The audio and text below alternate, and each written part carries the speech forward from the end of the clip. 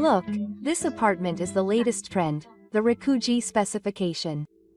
It's perfect for our new home, isn't it? I turned my eyes to the words that the voice was referring to. And the next moment, my heart froze. Standing there was my ex-husband and my sister, who had once forced me into a debt of 30 million yen and disappeared. They seemed to notice that I was there immediately, and for a moment they looked uncomfortable. However, the image of Takuma appeared on their faces again, and my ex-husband spoke sarcastically. "Oh, what are you doing here? Civil war doesn't suit you, does it?" It's true. Everyone here is successful. What did a poor man like you come here for? I clenched my fists tightly and swallowed my anger. Seeing me like that, the two of them hit me with amusement. Come on, go back to your house without a bath right now. You have no connection to a place like this. Who do you think caused this to happen to you? My ex-husband, with anger and regret swirling in his chest, grinned as if in agreement with his sister's words. At that moment, a man who seemed to be the manager appeared from behind. He bowed deeply as soon as he saw me. His polite response left my ex-husband and sister speechless for a moment. I whispered a request to the manager. Let's go ahead then. I urged the two of them to the elevator. Ah, hey, can you just go without asking? You're still in the middle of your conversation. With their anxious looks on their backs, I pressed the button for the Saibakai. Saibakai. This time's model room is the 37th. The elevator rose quietly. I heard my ex-husband and sister whispering something in the closed space, but I couldn't hear what they were saying. When we arrived at the Saibakai, the elevator door opened. There was a woman waiting for us.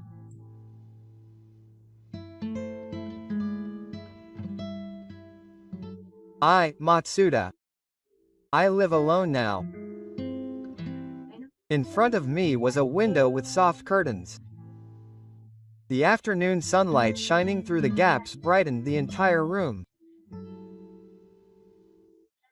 I was certainly happy now. But sometimes memories of the past cross my mind. Every time it comes back to me, I feel like I'm carrying a weight, and I can only stare at the ceiling for a while. The silence drags out my past. And the events of 9 years ago come to my mind clearly. It's the memory of the day I was betrayed by my husband and two sisters.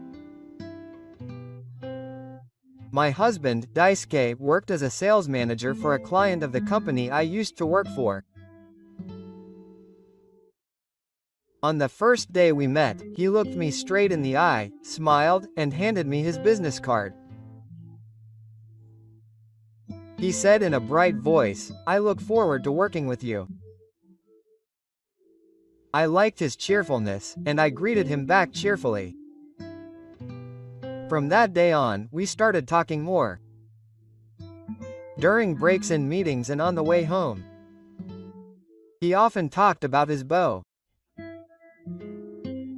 There was something pure about the way he talked about wanting to have his own company someday. It must have been a healing experience for me in the midst of my busy days at work. It didn't take long for me to be drawn to his passion and personality. My best friend had asked me if he didn't just talk about his dreams, but also thought about them in concrete terms. But maybe I was blinded by only seeing his good points. Don't worry, he'll make his dreams come true. I truly believed that. On weekends, we went to the movies and enjoyed cooking, which was a common hobby. Our relationship was like a dream. The most memorable thing was the homemade curry he made for me. The seasoning was so strong that I asked him how many people's worth of spices he put in. He said, "That's weird."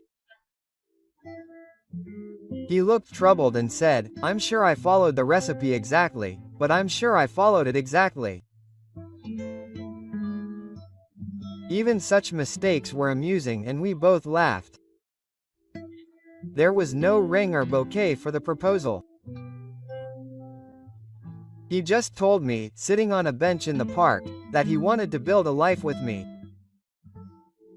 That was enough. I also knew he was saving money for his company. He said, a little apologetically, that if he succeeds one day, he'll make me the CEO's wife, so we'll have a wedding and a honeymoon then. I laughed and said, "Well, I'll have to work hard too," and I remember feeling warm inside when he said that. So I decided to support his dream. The first few years of our marriage were smooth. He started his dream company, and I worked and did the housework, supporting him every day. I was very busy, but I could work hard as long as I knew we were walking towards the same goal. I prepared meals for him and left messages of support on his desk. He said thank you. He smiled back and said he was really glad that Mayumi was there. That was my happiness.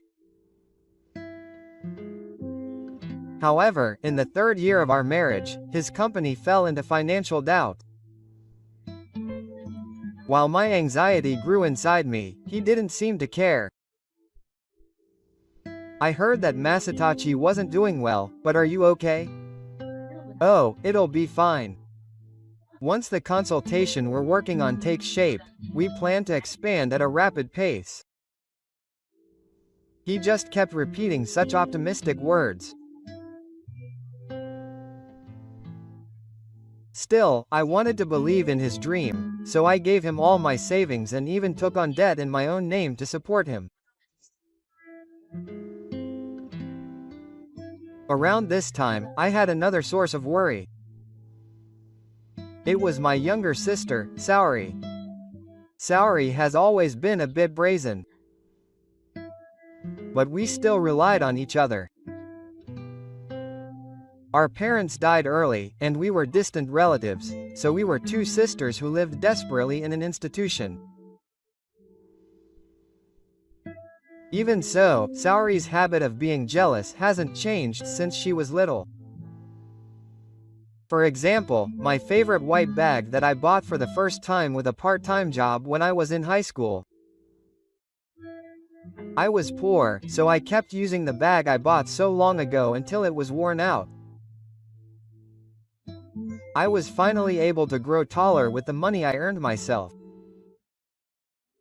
However, when Sal saw it, she said, "That's nice, big sister." She kept saying that she wanted one too. At first I thought she was joking, but Saori's eyes were serious. She complained with a sulky face that why only my sister has such a nice bag, even though I go to the same high school.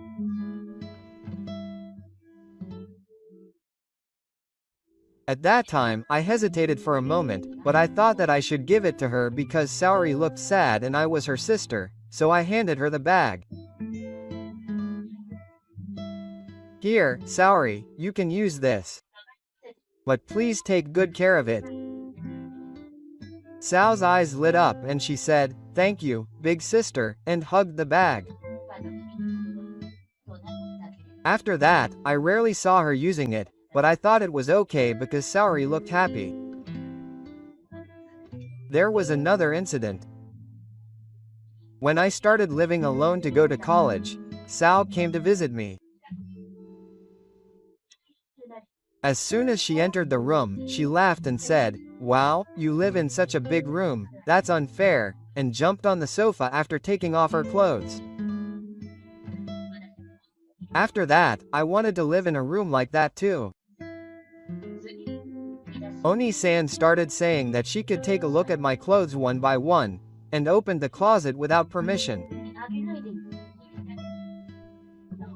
At that time, I told her not to open it without permission, but she didn't seem to mind at all and laughed, saying that it was fine. Because of her personality, I think she got what she wanted by relying on the people around her rather than working hard to get something. Still, she was loved by those around her because of her cheerfulness and friendliness.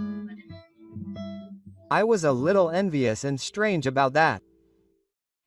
Even as we grew up and became working adults, that personality didn't change. Sao often came to me to complain about her workplace and ask for advice about love. When she asked me to listen to her for a moment, I ended up listening even though I was busy.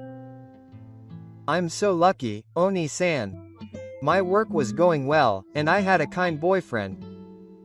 I was honestly surprised when she said that. At that time, I was already aiming to become independent, and although we were not yet married, I went to his house every day to do the housework. I didn't think that my extremely busy life was going well. But maybe that's how it looked to Saori. That's why when I decided to marry my husband, I said with shining eyes, "You're a great sister. I want to meet someone like that, too." Quote. My husband told Saori about his dreams, so it must have seemed bright to him. I was also attracted to my husband, so I was happy when Saori praised him. So maybe that's why I ended up welcoming Saori, who started to visit our house frequently after that. It was a burden to beg for something every time she visited. On the other hand, she didn't bring a single piece of soil. I realized that I was getting tired of interacting with Saori, but that was because I was too busy and had no time for it. Or so I told myself. If Daisuke's company would be successful one day and I could pay off my debts, things would change. That's what I thought. It was nearing the end of winter when my husband asked for more funds. I remember the night when the cold wind was hitting the windows and the heating was on, but it was still too cold. Please. This is my last chance. If I succeed, all my hard work will be worth it. When he said that and handed me the document, I was speechless for a moment. It stated a 30 million yen loan. I can't do it anymore. I've just paid off a loan I got recently. I'm not in a hurry to get this amount, so can't you think about growing the company a little more steadily?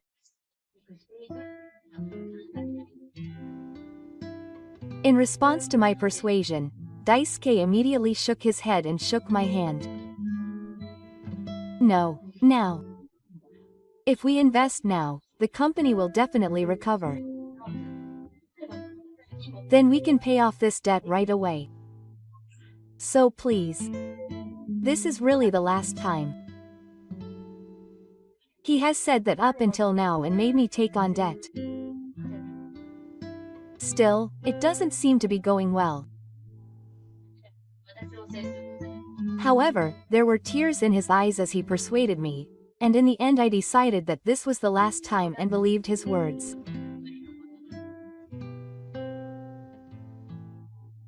Because I remembered that I swore to support him when we got married. I don't want to betray my past self who made that choice. With that thought, I signed the contract. The next day, Saori came to my room and I consulted her about the situation. Although I may feel annoyed, she is my closest family member. I need to talk to her. Saori, who had been listening in silence, muttered to herself with a grim expression. Are you sure, big sister? If Daisuke fails, you'll have to pay for it. It's not okay. I don't have any savings anymore. But I have no choice but to do it. I don't know if she really took those words to heart. But she said it as if to encourage me. I understand. Then I won't say anything more. It's your decision, big sister, after all, she said with a smile. I never thought that those would be the last words I would ever speak to Saori. The next morning, the room was quiet. There was no sound of her husband getting ready, which she would normally hear. With a strange feeling of foreboding, she headed to the living room and found a letter on the table. I'm sorry. We'll start over together. I'll ask for your loan. I traced the letters over and over, and my hands trembled and my vision blurred. My ears rang and my throat felt like it was being squeezed. I collapsed to the floor, helpless. I couldn't believe it. It was a lie. It couldn't be. Words that I couldn't speak came out of my throat. She called Saori in a panic, but there was no answer. She opened the closet with trepidation, and found that her husband's clothes and the small items Saori had recently left behind were completely gone. They had both disappeared overnight. What happened after that was like a nightmare. At work, they spent their days searching for the whereabouts of the Heisei Yohito. She consulted the police, but they only told her that since he was an adult, they could not intervene in a case of absconding at home. Traces left by the two of them were still vividly visible in the house.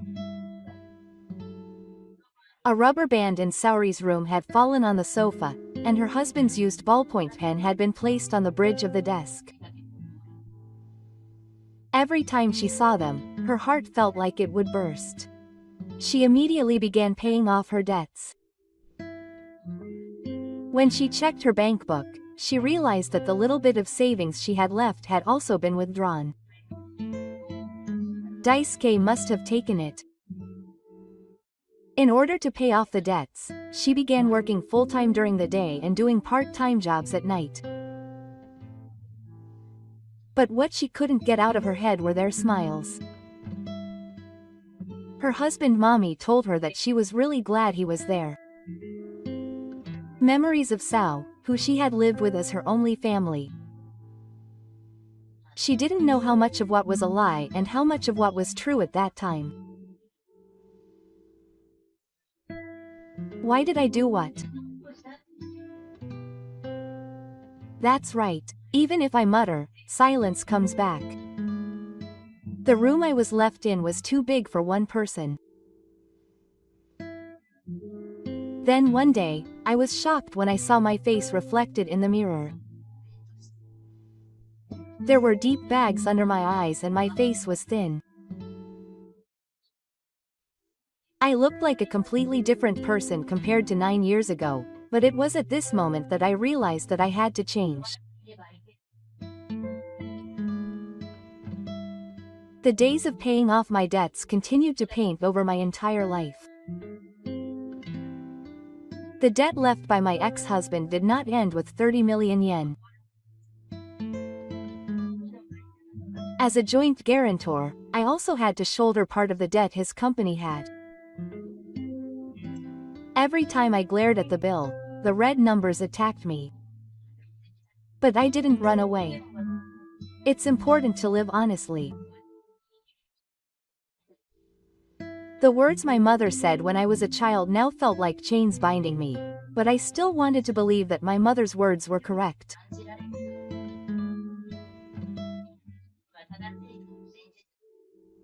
In addition to part-time work at a supermarket, I took on any work that was available, such as night cleaning and weekend event staff. And I never received any calls from debt collectors, and my mailbox was filled with express mail every day.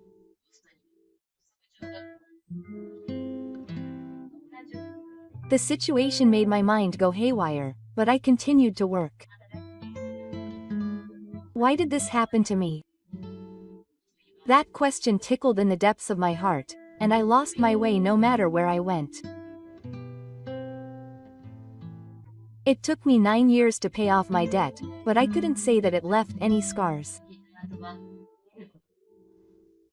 Rather, the deep wounds that were engraved in my mind kept coming back to me like a trauma, and tormenting me. One day, I visited a nearby supermarket for the first time in a long time. This supermarket was the place where I had worked hard to pay off my debts until last year. It was a bitter memory, but everyone who worked there was kind, and their kindness healed my wounds. I used to go there as a countermeasure after I quit my part-time job, but I haven't been going there much lately. When I entered the store with a nostalgic feeling, I was relieved to see that the store interior had not changed. I'll do my shopping for dinner tonight here. As I was walking around the store, I met a familiar face. Oh, it's been a long time. It was the manager who had taken care of me at the time who called out to me. I heard that the manager had been transferred after I quit, but it seems he has returned.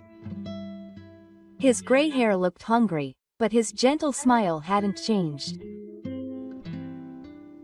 Manager, it's been a while. I heard about you from the other members when you came as a customer. I thought we would meet someday, but it's good to see you're doing well. Yes. Thanks to you, I used to take care of you. I gave a small bow. Then the manager remembered something, and left me there to wait and went back to the backyard. It was perfect. Actually, I have an interesting story to tell you. He took out a piece of paper and said that it was a winning notice for a lottery project held at the supermarket. Mayumi won this. So I was thinking of sending it to you, do you remember? I tilted my head. I don't know when it was because I sometimes applied for the lottery projects held at this supermarket.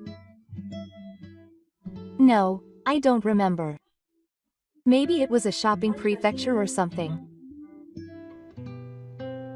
Ah, maybe shopping prefecture would have been more convenient.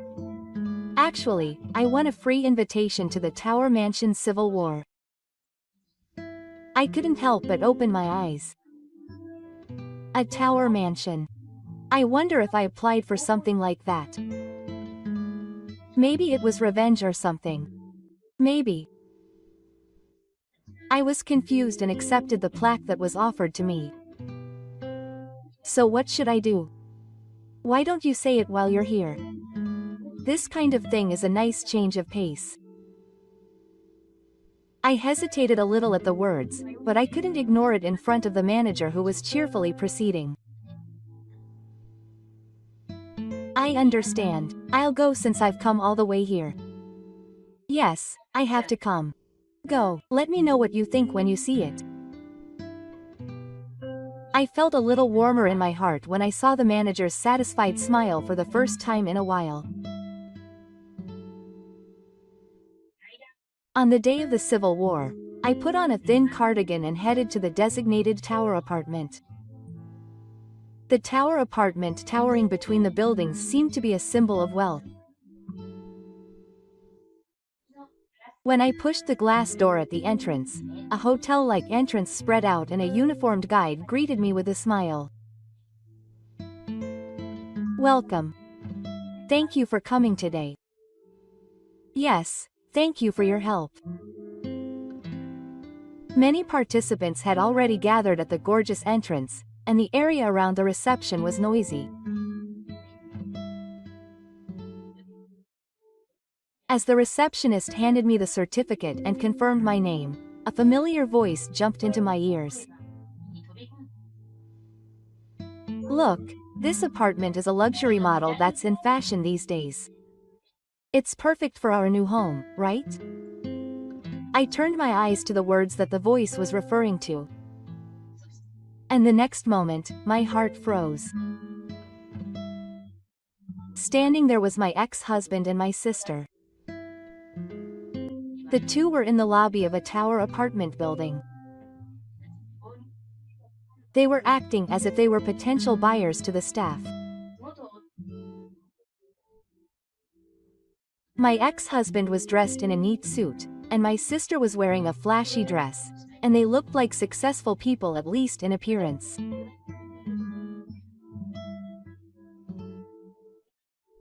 They seemed to notice that I was there immediately, and for a moment they looked like they were in trouble. However, their expressions changed again in the blink of an eye, and my husband spoke sarcastically. How's it going? What are you doing here? Civil war doesn't suit you, does it? My sister quickly agreed, shrugging her shoulders and smiling. It's true. Everyone here is successful. What are you doing here, a poor person like you? I felt the urge to yell at them. But I couldn't expose the group in a place like this. I clenched my fists and swallowed my anger. Seeing me like that, the two of them continued to hit me with amusement. Come on, go back to your home without a bath and half a shift right now. You have no connection to a place like this. Who do you think caused this to happen to you? Anger and regret swirled in my chest, but I didn't take my eyes off the two of them and replied in a surprised voice.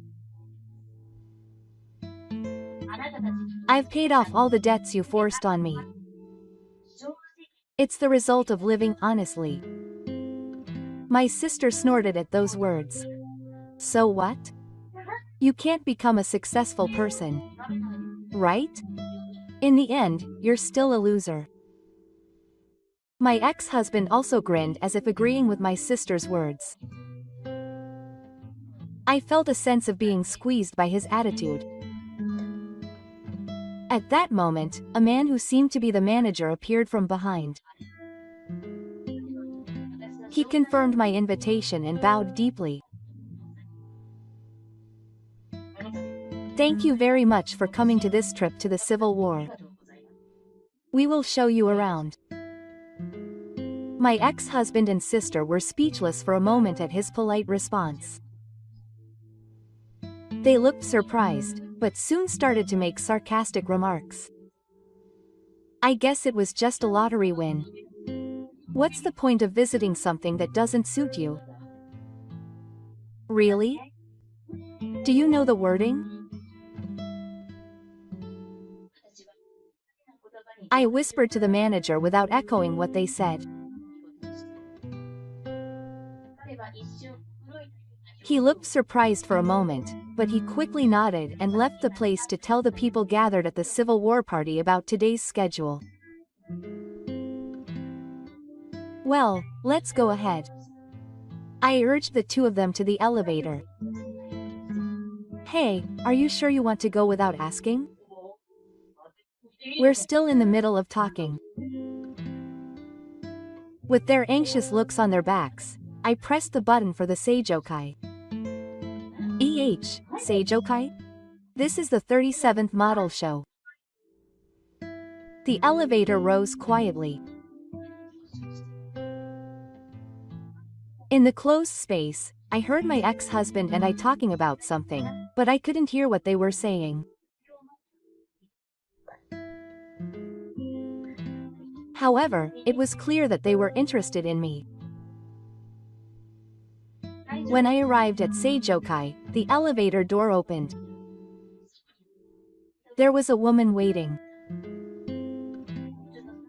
The moment I saw her, a feeling of encouragement welled up in my chest. The woman was my friend and business partner, Ari. I've been waiting for you. Director, please come this way. Her words made her ex-husband and sister look at each other in confusion. What does that mean? I could see the doubts floating on their faces. I silently stood next to Ari and followed her directions. Ari invited Saori in and unlocked the door. When I stepped into the room, a spacious living room caught my eye.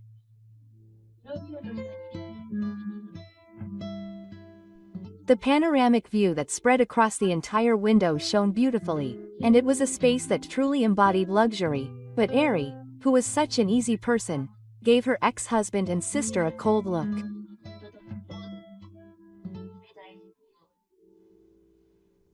Now, Matsuda Daisuke, Saori, do you have a good idea of what kind of life you have lived? Her low voice was filled with anger and resentment. Her ex-husband and sister looked confused when they were suddenly pointed at them. They seemed unable to understand the meaning of Ari's words.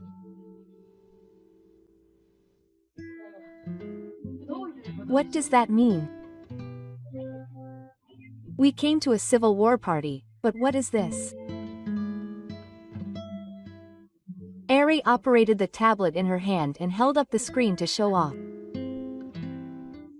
There was a huge amount of information displayed on it. This is a detailed record of the fraudulent acts and debts you have incurred over the past 9 years. I have looked into it. My ex-husband and sister's eyes widened at the words, and their faces turned pale. What are you talking about? I don't know anything about that. My sister's voice trembled as she tried to deny it. But Eli was not forgiving. I don't know. So how do you explain this? She took out her smartphone and played the recording. It was a phone conversation between my ex-husband and my sister with the fraud victims. The specific amount and details of the fraud were recorded in the country name. The voices in the recording were definitely theirs. My sister looked back and forth between me and Eli in a panic. Wait. What is this? What are you guys trying to do? Focus on what you have done rather than on us. Are you trying to threaten us? Please stop. If this is made public. But Eli just replied with a smile. Stop it. Instead of worrying about yourself, why don't you think about not creating any more victims? Eli then spread out a large envelope on the desk.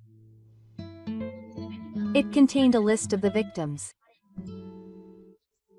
And on the last page, my own name is also written. Sao-san, look at this. These are the names of the people you betrayed. Relatives, friends, colleagues, and your sister. What they all have in common is that they all had you in the beginning. And they are all people whose lives were ruined by betrayal. My ex-husband and sister seemed speechless at the reality that was thrust before them. Then Ari pointed to me and said quietly, "This evidence was collected little by little by the director 9 years ago. I worked hard to repay the debt I had taken on after you betrayed me at that time, and the moment I heard those words, my ex-husband and sister turned to me at the same time. Their expressions were a mixture of surprise and confusion. You did this, I nodded quietly. Then Aries spoke. That's right. This place is not just a civil war venue like you think. This is her law firm. My ex-husband and sister were completely speechless at those words. In fact, I had obtained a lawyer's license when I was young, but I initially chose a different path and decided to work for a regular company. I thought I needed time to learn about society in order to use my legal knowledge in the live-action film. But that incident changed my life drastically. I needed to work to repay my debts and rebuild my future, so I chose to use my lawyer's qualifications again. At first, I worked part-time to make ends meet, while searching for an environment where I could work and use my qualifications. Then, using my legal knowledge and experience, I started working as a lawyer who focuses on supporting victims. It was ironic that my experience of being betrayed by my ex-husbands was what led me to become a lawyer who could understand the feelings of victims better than anyone else. As a result, I saved many people and gained a reputation. I have now grown to the point where I have an office in this tower apartment. After I finished my explanation, my ex-husband and sister completely bowed their heads and began apologizing in trembling voices. I'm sorry. I'm really sorry. I want to start over again. Please. Don't show us. I think I'll live seriously from now on. But Lee gently urged me by handing me her smartphone. Shall I call the police? With this much evidence, they'll probably be arrested right away. For a moment, my finger was reaching for the call button. But I stopped myself. If I go to the police, the money they gained from fraud will be seized. But whether the victims will be compensated after that is another matter. The procedure takes time and there is no guarantee that the amount will be returned. It is quicker to make sure that the compensation is paid here. And I decided that it would be beneficial for the victims as well. I told them calmly. Compensate the other victims properly. If you can't do that, I will report you to the police immediately. If you can abide by that condition, I will not report you this time. This was my own justice. I did not overlook it because of my feelings for the two of them, and I cannot forgive the past. However, the reason I can continue to live like this is because of my belief in living honestly. I will do the right thing without compromising that belief. That is all I can do. Daisuke and Sao bowed deeply, vowed to accept the conditions, and left the place. I felt like I was finally able to put down the burden I had been carrying for the past 9 years. However, after that, I noticed that the behavior of the clients visiting the office was gradually changing 1 week later. At first, it was a small change. The number of new clients began to decrease, and instead, inquiries from existing clients increased. I asked the client about something that bothers me a little about the reputation of the teacher, and gradually I began to hear the voices of the clients who started to say so. Even when I asked, the clients were all vague. If there is anything that bothers you, please ask me anything. I will help you. Oh, yes. Even when I dealt with the spirits with my predictions, the clients' attitudes did not change. But after 3 months, the change had clearly expanded. New requests had almost completely stopped, and the income of the office was beginning to be affected. The staff must have sensed something was wrong. More and more people were showing anxious expressions, but no one had said anything specific yet. I encouraged them and told them to focus on their usual work, but I felt a heavy feeling in my heart. It was about 6 months after the incident that the situation surfaced in a decisive way. A major client who had been supporting the office's sales asked to terminate the contract. "I'm sorry, but your reputation is rapidly deteriorating. We didn't just take it at face value. But if we continue to contract like this, our reputation will be in danger. Please understand. I am very sorry for the inconvenience. Your story is very reasonable. Thank you for everything." I expected him to be calm, but his words sent chills down my spine. What on earth is going on?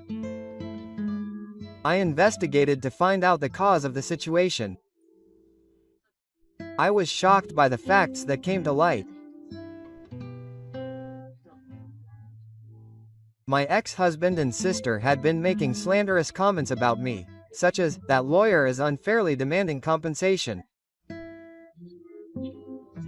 He is leaking the secrets of his clients." That information spread through social media and websites, eroding the reputation of my firm. When I found out, I was overcome with regret and anger, as well as a sense of responsibility for the consequences of my carelessness. The firm's management gradually deteriorated, and the salaries of the staff who had supported us since the firm's launch began to be affected. Everyone knows that the director is not to blame. But how can we stop the staff who are quitting and saying that they will continue to work here? Some staff members stayed, but they were also suffering from this situation. I bowed to them and tried desperately to somehow resolve the situation, but I could not see any solution. I was so sorry for dragging my friend, Eli, into this situation. I'm sorry. I didn't expect that they would resort to revenge if I had taken action sooner, and I thought that it would stop sooner.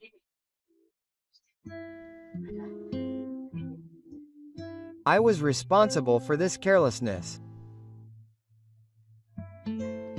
Eli handed me a small voice recorder without saying anything as I apologized. This might be useful. I was surprised and checked the contents, and there was a recording of my ex-husband stabbing me. Eli had secretly collected the evidence. My heart was warmed by this fact. In addition, my previous clients also extended their hands to me. I believe in you. We will testify, so please don't give up. Those words almost brought tears to my eyes. I realized once again that so many people supported me, and I felt a surge of gratitude. That's why I have to fight to live up to their trust and for myself. I made a decision. I can't forgive them again. It was a solution based on legal justice, not emotional revenge. If they are not remorseful, they may commit the same crime again and more victims may suffer like me. I want to avoid that at all costs.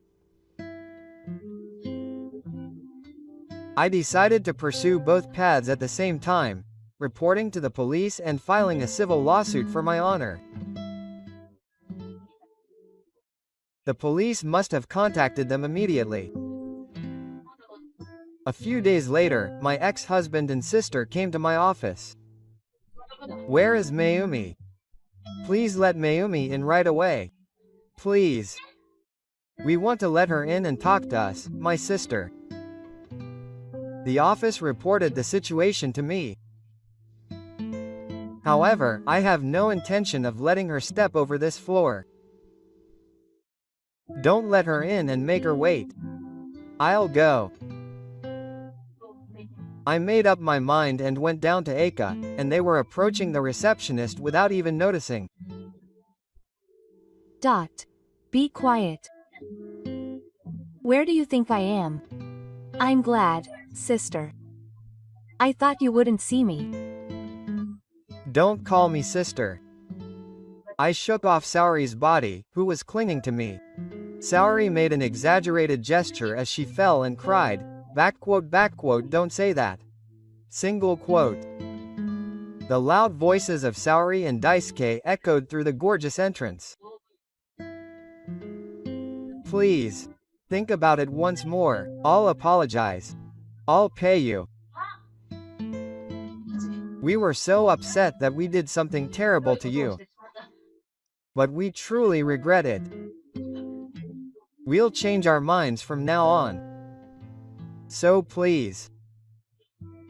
But I looked at them calmly and shook my head. I gave you one chance. But you ruined it.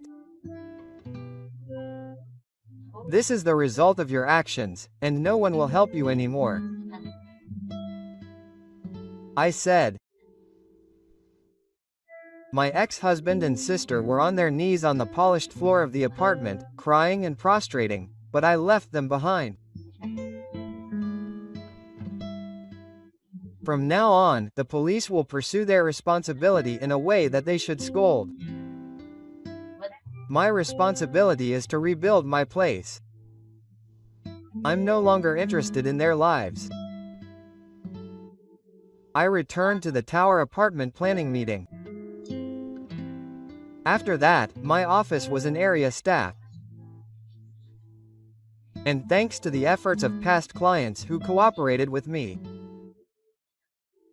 my reputation gradually recovered. My ex-husband and sister were arrested and it seems that they were punished for what they did. The news was reported for generations. I felt a slight emptiness in my heart as I watched the two of them being taken away on the screen. It is true that I believed in them and thought they were important. However, I will never get back the feelings of betrayal or the time I lost as a result. I will continue to fight for people in the same position as me, carrying this pain with me. As a result of the trial, the two were obligated to repay the debt. From the perspective of the expansion stone, my sister looked much older, and her beautiful appearance seemed to have faded.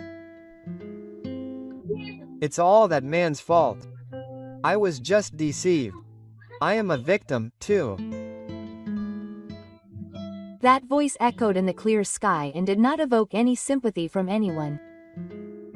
Meanwhile, my ex-husband turned pale, slumped his shoulders, and said nothing. He was silent, with a sigh of relief. There was no trace of the passionate figure that had spoken of the past on his back.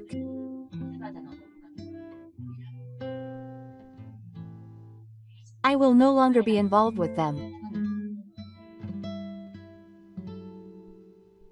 A few days after the trial ended, I was tipping champagne poured into a Lito glass, my best friend and business partner, at the facts of the tower apartment building. The glittering night view spreads outside the window, and quiet time passes. Thinking back, I should have listened to you when you first tried to stop us from getting married. Did I say that? I did. That you were just talking about dreams. In the end, I didn't have any dreams at all. Did I sound depressed? Ari smiled and said cheerfully, "Well, life is just beginning. Thank you for helping me again.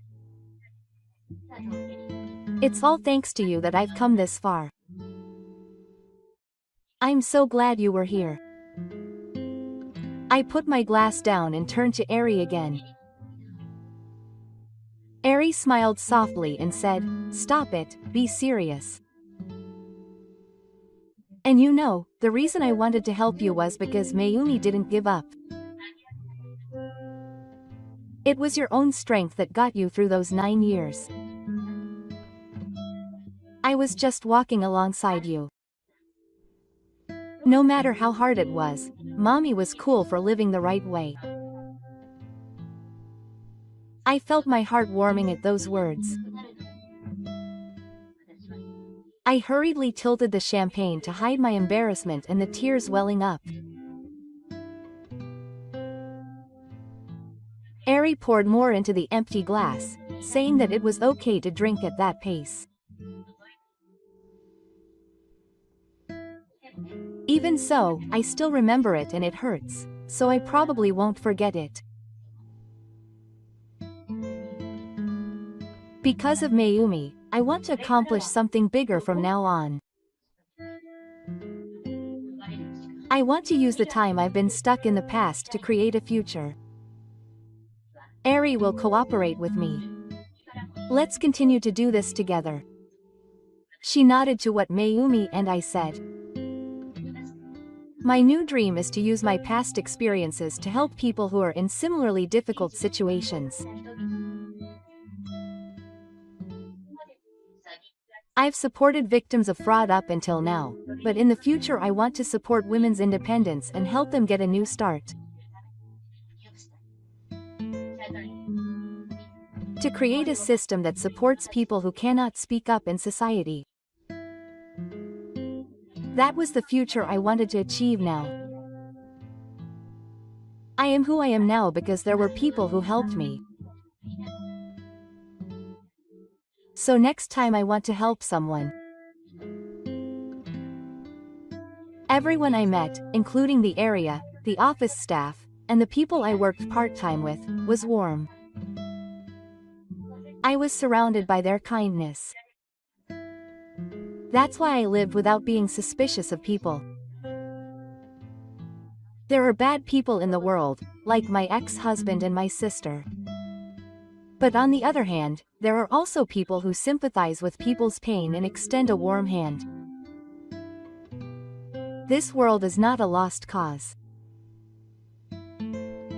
Isn't it good? That will surely save a lot of people. Let's make a concrete plan. Thus, we started planning a new project. The conversation we had while sipping our glasses with the night view of the tower apartment building behind us was full of hope for the future. I decided to believe in my own strength again and move forward. I took a deep breath while looking down at the night view to achieve even bigger goals, using the pain and anger of the past as fuel, without being trapped by revenge. Thank you. Let's continue to walk together.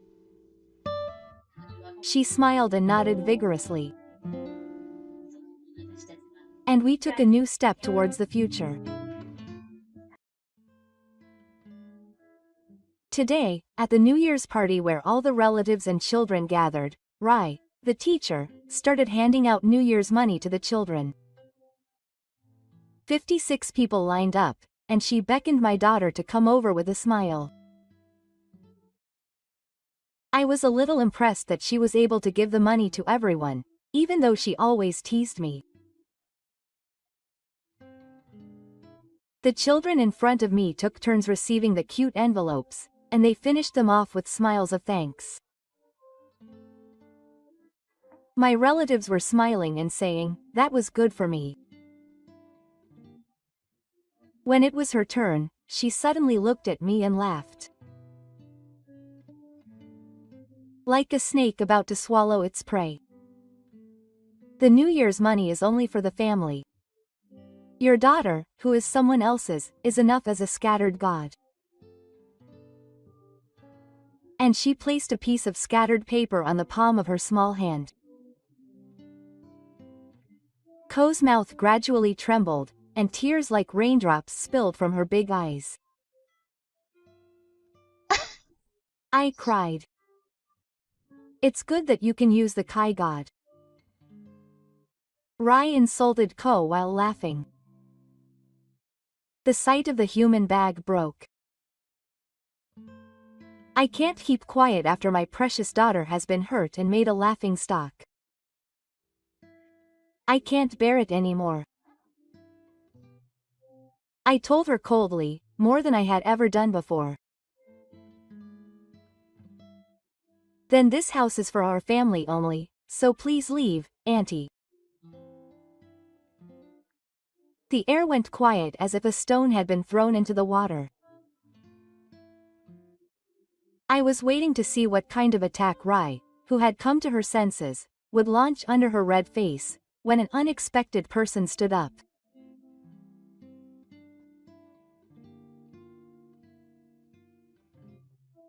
My name is Nomura Mimo, and I am a housewife who has reached the halfway point of her life.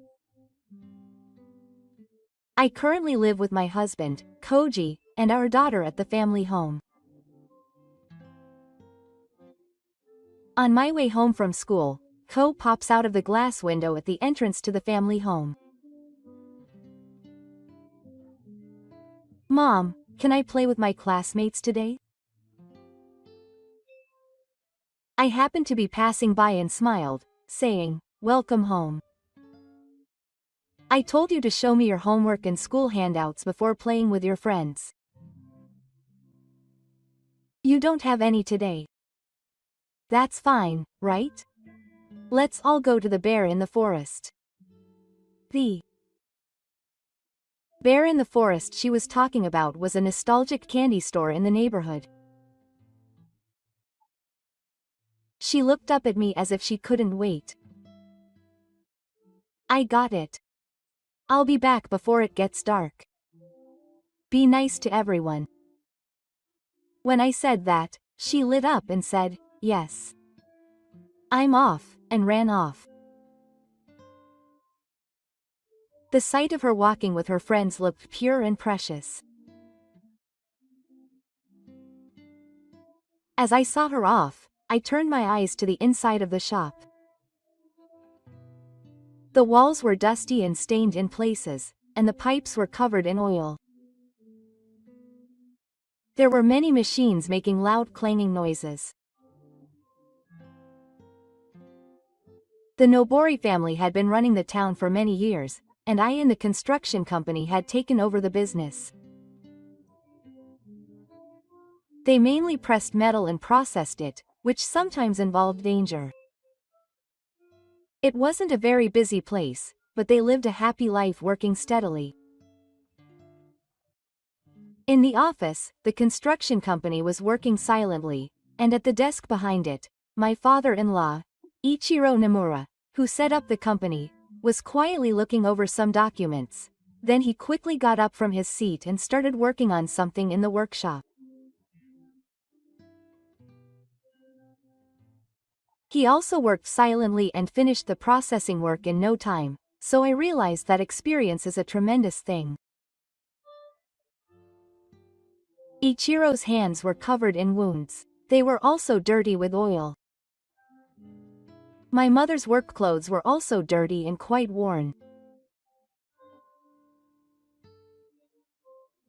Since I came here, I have seen them working at the workshop from morning to night. I am full of respect for my parents who supported the workshop. For me, work was the very bond of family. I don't know about Rai, the only teacher. She respects the family business where she was born and raised, and has always hated the rural waiting room as uncool.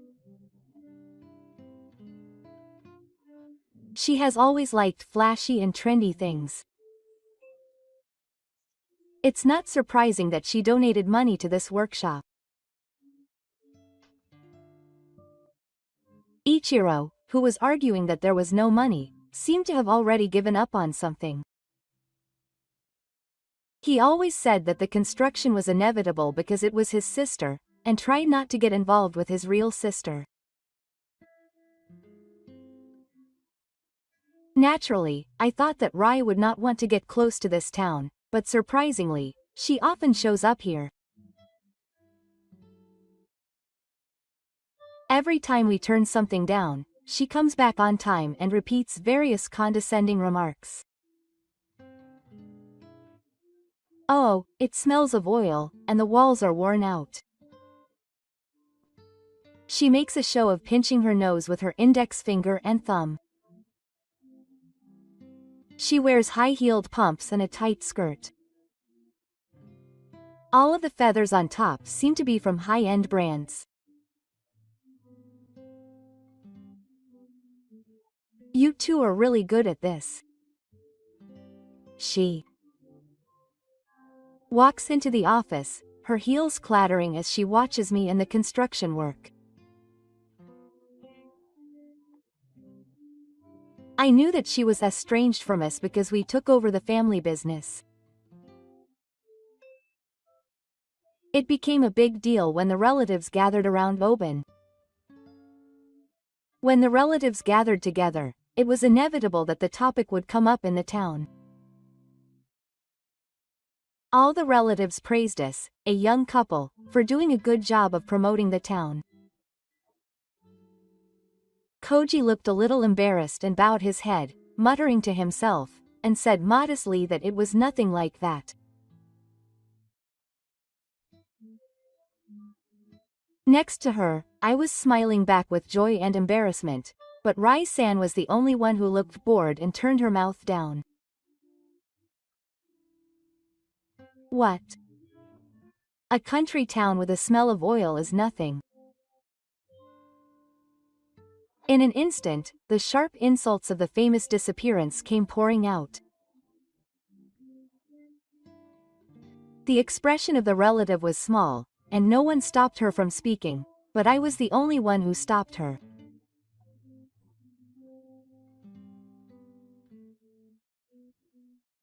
Rai-san, we've talked enough, so why don't we talk about something else?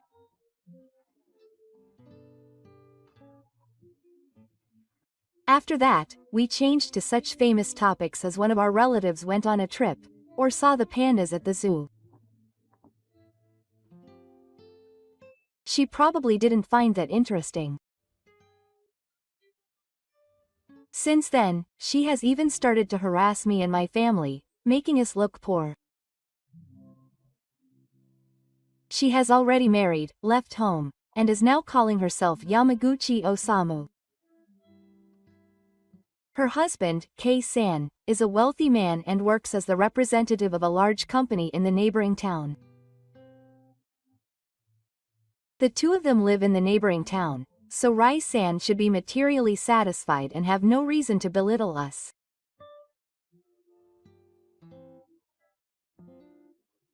But I had a hard time understanding why she treated our family so badly. Her harassment had become a daily occurrence. She would even show off to my parents' house on weekends when she felt the need to. She would always wear high-end fashion brands and give me a cold, condescending smile. Just the other day she said this to me. "Oh, you must be busy again. You're so busy with business that you don't have time to spare, are you?" Quote. She said, grinning as she munched on her snack.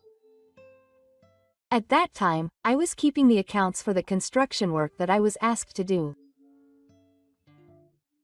Inventory management of goods and materials is also very important to me. I was fed up with her attitude of belittling me. Then, one day, I was heading to the bank. As I was waiting in line to get my bank book booked, I heard the familiar sound of high-heeled footsteps behind me. It was Rai. Well, what a coincidence to meet you in a place like this.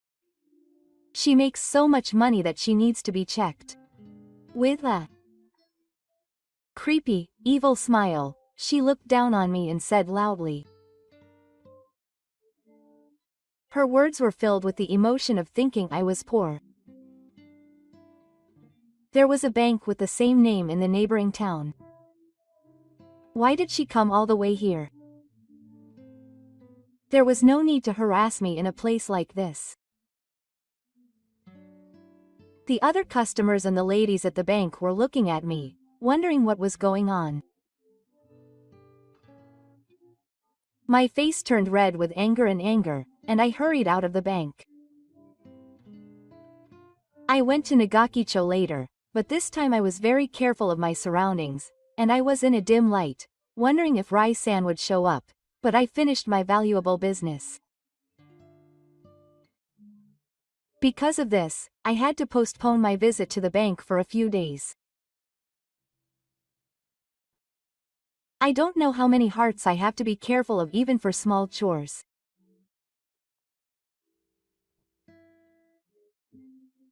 Her harassment didn't end there.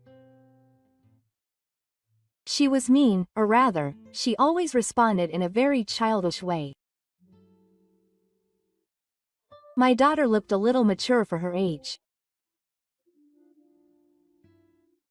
It's probably because of the polite attitude she learned from her mother-in-law, but sometimes she fails because she is still young. Saturday afternoon. I was out at work that day and wasn't planning to come back until the evening, so I heard this story later.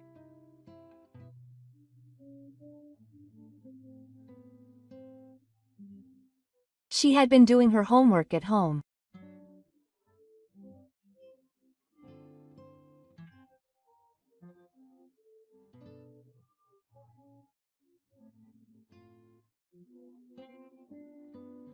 Since this weekend was a consecutive holiday, she had a little more homework than usual.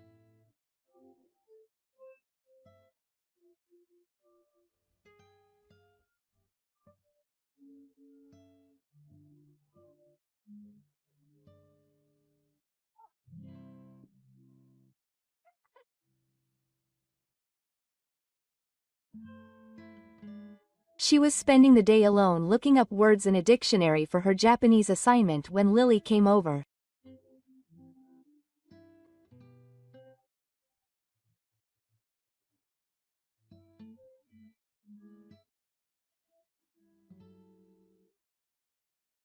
What's that? She sat next to me with a mean look up. Rai, who was watching this next to her, suddenly burst out laughing. She can't even do that. Poor kids don't know anything. After that, she kept laughing, and Ko became embarrassed and practically slumped. After that, Ko became conscious of not looking things up in the dictionary, and it was hard to get her homework done. As I listened to her story, I felt like I was going crazy. How could she have made fun of a child like that? Couldn't she have at least taught her how to look things up in a dictionary as an adult? Another time, when Ko was considerate and served Rai tea, she spilled it on purpose. But Rai didn't feel sorry and just said sorry. Another time, she scattered her expensive-looking handbag and encouraged Ko to touch it. I told her to stop, but Rai didn't listen. And yet, when Ko tried to touch it, she would slam her hand away. Don't touch it with dirty hands, you can't even understand jokes. She would sometimes coldly say that there was no tolerance for it. There's no way that a girl who's only 8 years old can understand co-parenting or joking. I can't read her intentions and I'm just confused. Every time she feels bad about San's harassment, my heart feels stabbed. If it was just me, it would be one thing, but what kind of grudge does she have against her young daughter? I can't tell from her rude behavior, and I don't think she'll answer honestly. To be honest, I wanted her to refrain from visiting this house, and I've asked Koji many times to tell him how I feel. I've been sharing and knowing about Rai's constant harassment with him. Even if I say that, my sister won't listen to me no matter what I say. Just tell me, even if it's no good. This will only make both me and Ko stressed. Koji was originally a calm person with a laid-back attitude. His calmness is well received by the employees, and he is even called the French factory manager. I asked him many times, and he reluctantly told Rai over the phone. I don't want to cause any more trouble to my family. Stop acting like that. What is so fun about that? Then she seemed to be in a bad mood on the phone. Ha! You're just a brother, but you're so arrogant. You should just shut up and do your paperwork. Rai-san said that and hung up the phone abruptly. And now she started attacking the construction site as if it was retaliation. One weekday, I was also in the office, and this happened when I was taking care of the paperwork.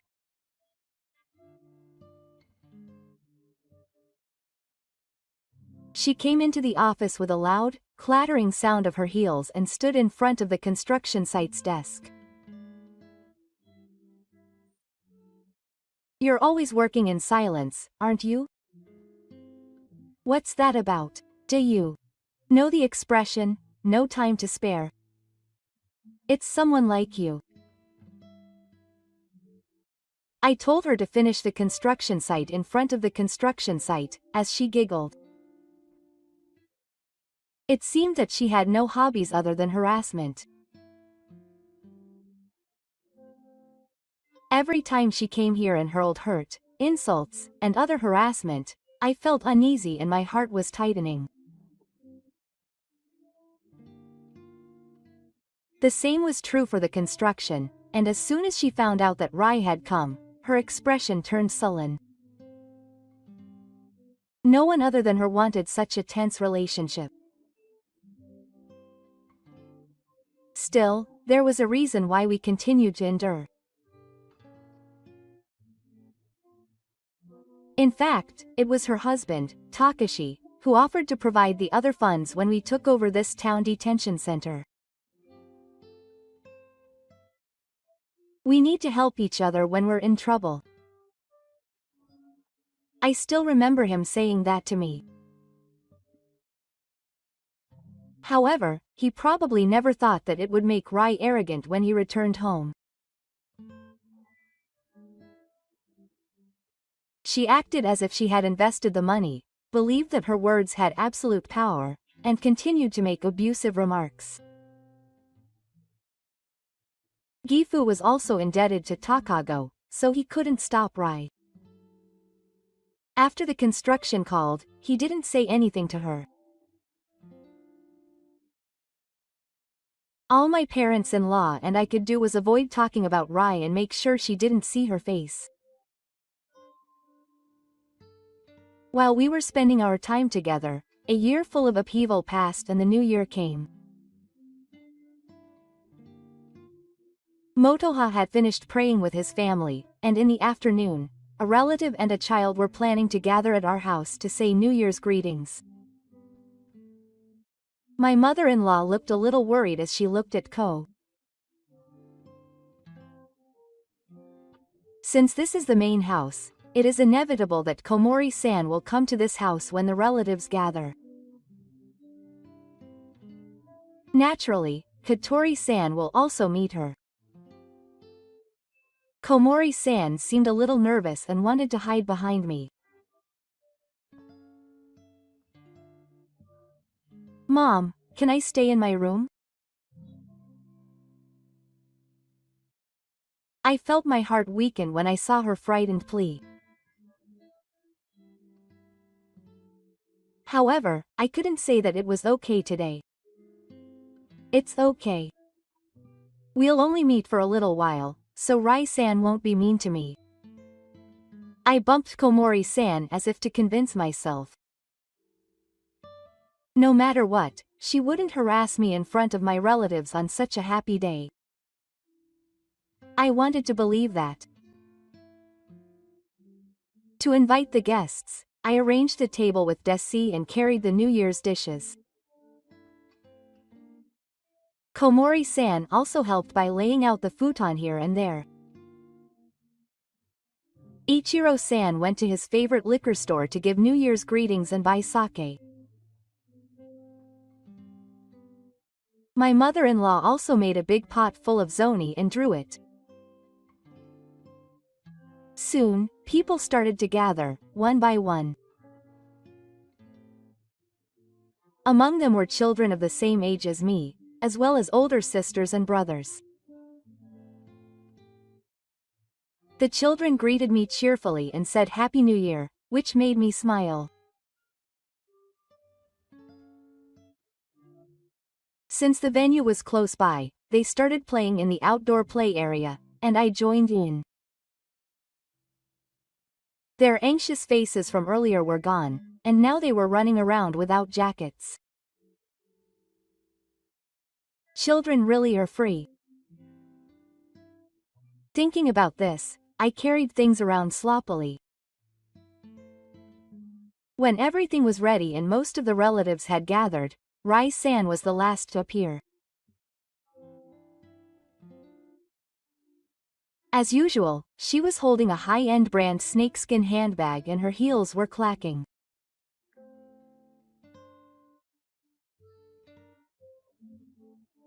Ms. Rai-san had just come back from playing outside when I heard her voice and came out of the kitchen.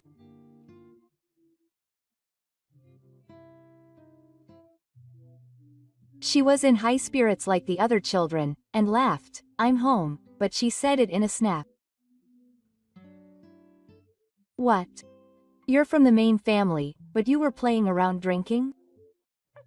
I couldn't believe it. I spat out, and pulled her to the kitchen. You work with Ms. Rise, she's still a child. Stop talking like that. I'm telling you because you didn't teach her properly. What's with that attitude? The adults around her were shocked by her sudden take-charge behavior. Just as I and Tori were starting to make a fire, Ichiro and Koji came home. E-san finally backed off because they had brought alcohol, but my heart was in a quandary. The New Year's party started and the excitement gradually decreased. At the end of the year, my mother-in-law and I made a lot of food together, and everyone was saying how beautiful it was. On the other hand, when I looked at Ko, he didn't seem to have touched his food much. Usually he eats shrimp horse meat with gusto, but there was only one tail rolling on the plate. His appetite was completely gone, and I felt angry at Rai-san. What have you done to us on such a happy day? Rai-san was drinking a lot and gradually, as usual, she started to make fun of me and her. Those three are poor and don't have money, so their daughter can't even look up a book. That's so funny. The relatives around her froze with bitter smiles on their faces as she laughed out loud in a callous manner.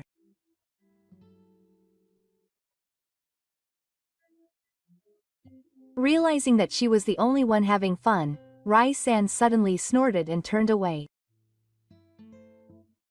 It must have been boring for her. After a while, she raised her voice to the children. I'm going to hand out New Year's money now. Line up. The children's eyes lit up at the word New Year's money and they ran over to her. I wonder if there were 56 people in line. The children waited nervously, but she was not there. She was hiding behind me, muttering letters. Rai-san smiled and beckoned to Ko-chan to come quickly, and finally, they lined up at Hio. I was a little impressed that Rai-san, who always teases me, is able to accept me without any hesitation. I received the cute envelopes from the children in front of me in order, thanked them with a smile, and finished the work. I was smiling and said, "It's good that I've never had a relative before." Finally, when I came in front of Koguri-san, she looked at me and laughed.